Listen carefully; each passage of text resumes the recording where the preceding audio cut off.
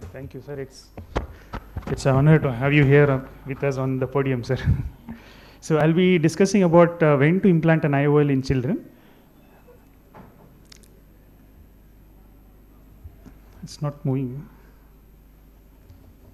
It's not moving. Yeah. So currently the options for correcting pediatric FAK is one is the FAK glasses, the contact lenses, and the IOL. IOL has been widely accepted as it gives a superior quality of vision compared to other modalities of correction. So when to implant is a big question. So above 2 years, there is a consensus. Everybody agrees, yes, IOL is safe and everybody is using it. But the problem comes in infants, where still a lot of controversy, a lot of people who are for and against implantation. So what are the benefits of early implantation? One is, especially in unilateral cataracts, IOL is one of the best modalities of rehabilitation of the vision. Otherwise, invariably, they end up with dense amblyopia. The compliance to contact lens, especially in our population, is quite poor, and also the cost of treatment will be quite significant. So that's how the IOL is probably a better modality of rehabilitation. So challenges with early IOL is, one is deciding on the IOL power, because there is a lot of changes in the first 6 months of life, rapid myopic shifts. Intraoperative challenges to get a good rhexis. Madam showed wonderful rhexis, but to get such a beautiful rhexis in an infant is quite a challenge. Higher chances of re-surgery, chances of visual axis opacification, and IOL, implanting an IOL also increases the inflammation. So there will be very severe post-op uveitis, higher incidence of glaucoma, and decentration of the IOL and pupillary abnormalities. So to decide which is superior, we look at the visual outcomes, the binocular vision outcome, the complication rate, the re-surgery rate, and the cost of the treatment. So what does the evidence say? So one of the earliest treatment, the studies done here is the infant FAK treatment study. So here it compared the implantation of IOL versus FAK with contact lens in the age group 0 to 7 years. So the eyes was randomized into no IOL and IOL group, and the median logMAR visual acuity was not significantly different between the two treatment groups. However, the children in the IOL group had a significantly higher adverse reactions, and especially the visual axis opacification. So invariably they required a re-surgery for the visual axis opacification. And most of these patients had more than one surgery. So that's how this IITS concluded that primary IOL was associated with a higher risk of resurgeries, and the visual outcomes was the same in both the groups. Another study is the TAPS study, the toddler aphakia, pseudophakia study. So here it's actually the part of the IITS only, the children in the older age group between 7 months to 24 months. So they were studied, and all of them underwent IOL surgery. 92% of these patients required a primary implantation, and operative complications occurred in only 4 patients. And at the age of 5 years, the visual acuity in treated eyes were very good. And they concluded that IOL implantation is relatively safe in this 7 to 24 month age group. There is another study from Norway where they did a primary IOL implantation in infants with unilateral cataract before the age of 12 weeks. So here again, infants with unilateral cataract before the age of 12 weeks underwent a primary implantation, and 17 eyes had persistent fetal vasculature. So this is another important finding in this study, where they found that unilateral cataracts were associated with a higher incidence of PHPV. So all except one required re-surgery for the visual axis opacification, and they concluded that cataract surgery with primary IOL implantation in the age group before 12 years of age resulted in a higher number of visual axis opacifications, and the visual outcome varied considerably, and the coexisting persistent fetal vasculature again contributed to probably the variable visual outcome. And the same group studied the implantation in a bilateral bilateral congenital cataract with a median age of 35 days at the age of surgery.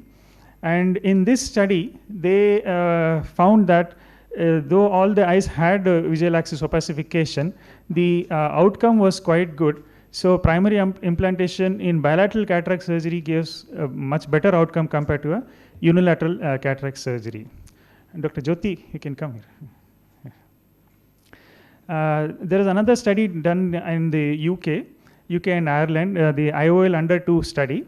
So this again assessed the outcomes following primary implantation in children aged 2 years and younger with congenital or infantile cataracts. So it was a prospective observational cohort study. A total of 256 children were recruited for the study. I can come.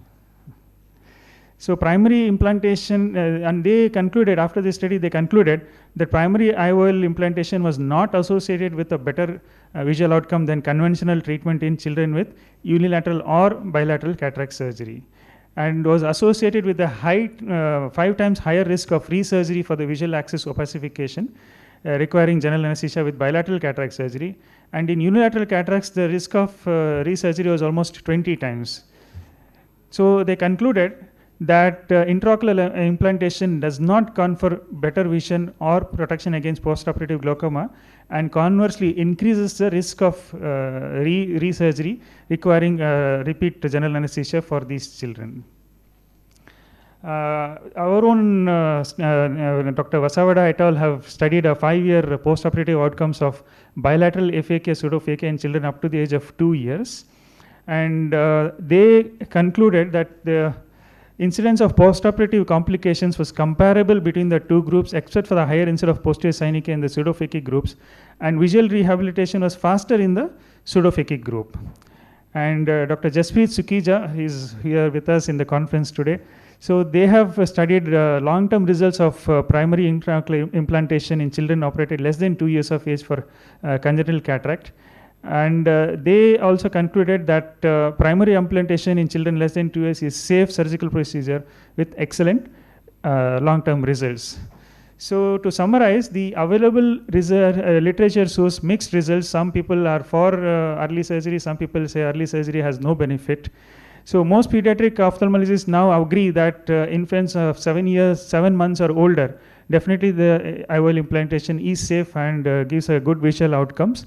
But infants younger than 7 months of age, decision is little critical, and it has to be based on case-by-case basis. And especially unilateral cataract, probably the thing will be more in favor of implanting an IOL than not implanting an IOL. And of course, the patient cooperation, the compliance, follow-ups, everything is important.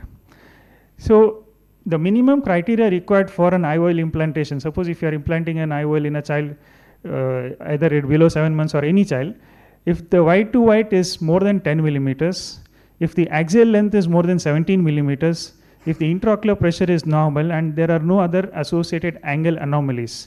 So these are the minimum criteria probably which should be met before we can think about implanting a intraocular lens in a child.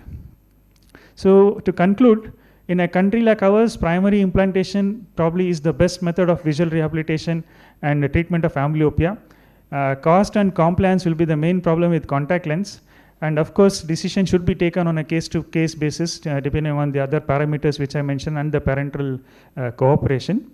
Of course, refined techniques, newer generation IOL and excellent microscopes we are having with very good red glow, which madam showed a lot of good pictures. So with that, definitely the consensus is towards earlier implantation of IOL with decreased risk of complications. Thank you. So I'd like to have some points from Dr. Jagatram sir.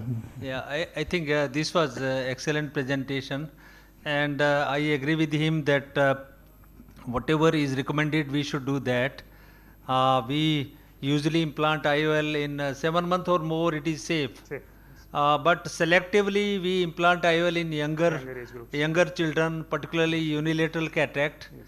Or I agree with the viewer, what you showed, that if axial length of the globe is 17 millimeter or more, yes, and corneal diameter white to white is 10 millimeter or more, the last slide which you showed. Yes. So there surely I think we can go ahead and implant IOL. Any questions?